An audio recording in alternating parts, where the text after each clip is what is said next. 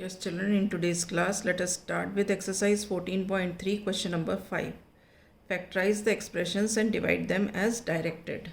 Okay, let us start the first part. In this is y square plus 7y plus 10 upon y plus 5. ठीक है. Now we factorize the numerator by using the method of splitting the middle term. Okay, how do we split the middle term? ये जो constant term है और ये coefficient of Y square को हम multiply करते हैं, तो यहाँ कुछ नहीं है. 1 इंटू 10 इज़ 10. नाउ 10 को हम as product of two numbers लिखते हैं, 1 into 10 and this is 2 into 5. ठीक है. अब इनको ऐड और सब्ट्रैक्ट करके देखते हैं ये जो नंबर्स हैं. जैसे इसको किया तो 5 + 2 7 आ गया. तो मतलब क्या है, हम 7y को एक्सप्रेस कर सकते हैं 2y + 5y.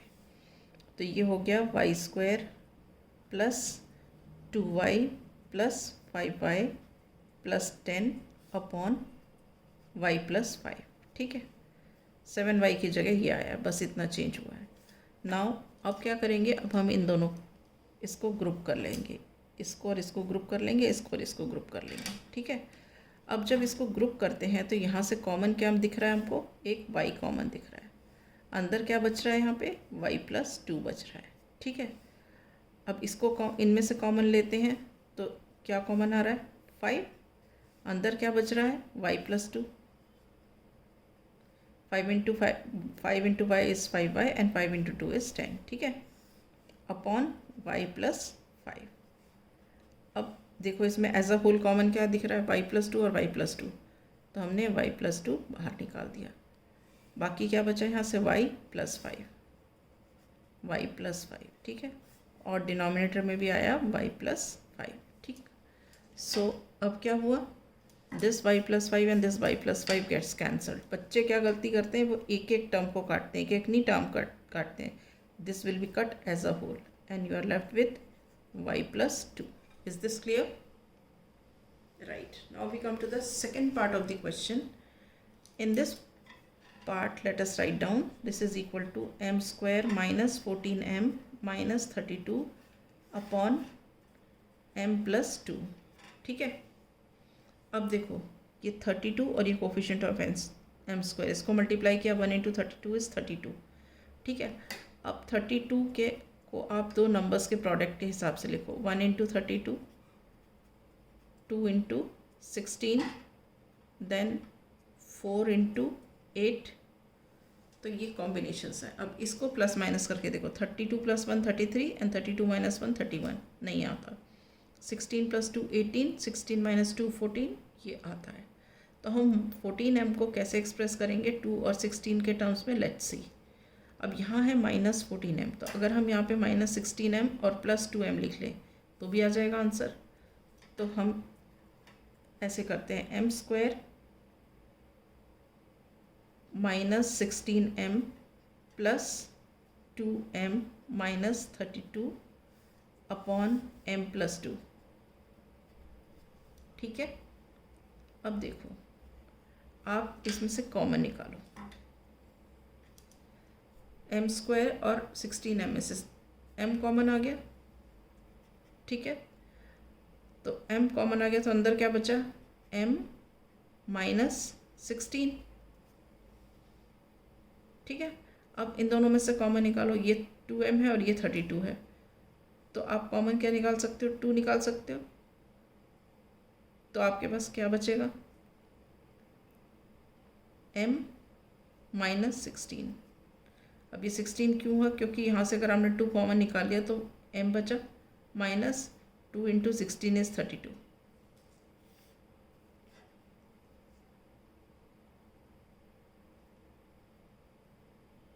और यहाँ पे आ जाएगा m + 2. ठीक है. ये यहाँ पे m + 2 है. राइट. अब आप ये देखो, यहाँ पे प्लस लगाना रह गया था. अब देखो ये m - 16 और m - 16 ये है कॉमन, तो हम यहाँ लिख लेंगे m - 16.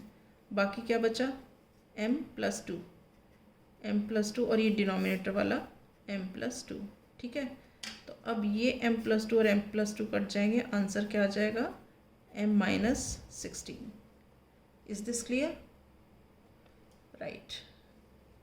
Now we come to the third part of the question. The third part of the question is this. Let us solve it.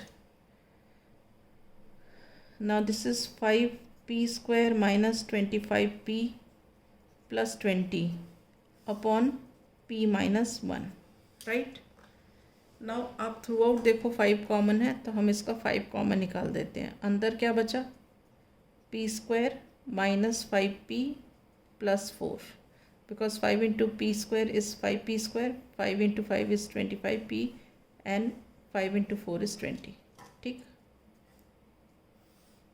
Upon p minus 1.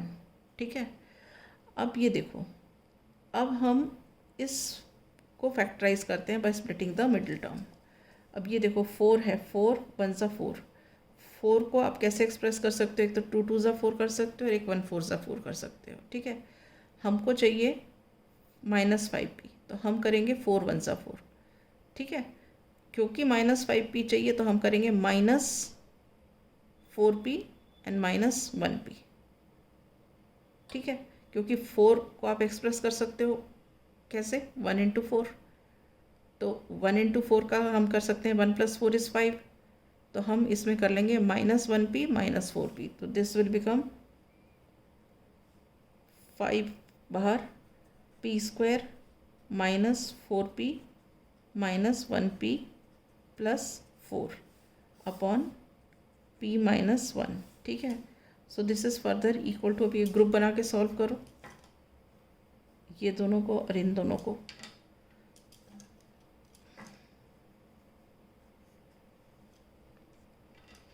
अब इन दोनों में देखो क्या कॉमन है? p कॉमन है. अंदर क्या बचा? p -4 माइनस, अब इन दोनों में देखो क्या कॉमन है? 1 कॉमन है and this becomes p -4 upon p -1. तो ये क्या हुआ? p -4 कॉमन है, अंदर बचा p -1 अपॉन p -1. ठीक है, so this completes here. Now we can cancel. ये देखो ना, p -4 कॉमन था तो हमने ये निकाल लिया, उसके अलावा क्या बचा था? p -1 यहाँ लिख दिया अपॉन p -1. अब इसे कट कर लो तो आंसर आ गया आपका p -4. Okay, now we come to the fourth part of the question. और ये वाला 5 भी साथ में लगाना, ये भूल जा रही हूँ. ये वाला 5 ये रह गया था, ये यहाँ पे भी रह गया. ये वाला जो 5 था ये.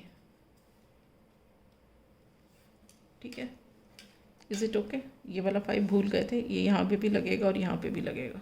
क्लियर है? Right. Now we come to the fourth part of the question. We write this 4yz within bracket z square plus 6z minus 16 upon 2y within bracket z plus 8. Okay, now see this 2, this y and this 2, they get cancelled. Now this is 2z and then now we can split this one. 1 into 16 is 16. ठीक है ना, तो 16 को हम 1 into 16 कर सकते हैं, 8 into 2 कर सकते हैं. तो 8 into 2 में 16 आ रहा है, मगर ये क्या है? प्लस 6z है, तो हम इसको ऐसे लिख सकते हैं 8z minus 2z. ठीक है, तो I write this z square plus 8 square z square plus 8 square नहीं 8z माइनस 2z, क्योंकि 6z लाना है तो 8z माइनस 2z लिखेंगे इसकी जगह, 6z की जगह. Then minus 16 whole to the power z whole upon z plus 8. ठीक है, एक बार ये स्टेप को दोबारा से लिख देती हूँ. This is 2z within bracket z square plus 8z minus 2z minus 16 upon z plus 8। ठीक है, अब हम ये 2z तो बाहर रहने देते हैं और अंदर क्या बचता है ये देखो, इन दोनों में से आप कॉमन निकालोगे, यहाँ लिखते हैं, इधर गंदा हो रहा है, 2z, इन दोनों में से कॉमन निकालोगे तो z आएगा बाहर, अंदर क्या बचेगा, z प्लस 8। अब z प्लस 8 यहाँ बचा तो यहाँ भी z प्लस 8 बचना चाहिए, लिख दिया। अब पहली टर्म क्या है, माइनस 2z, ये माइनस 2z कैसे होगी, जब हम बाहर माइनस लगाएंगे। ठीक है, upon z plus 8, so this is equal to now 2z, अंदर क्या होगा, z plus 8 and z minus 2 upon z plus 8। ठीक है, अब ये देखो, ये z प्लस 8 और ये z प्लस 8 कर गया, you are left with 2z और z माइनस 2। आंसर क्या हो गया, this is equal to 2z and z minus 2. This is the answer. Is this clear? Right. With this I wind up. In the next class I shall start with the next part of the question.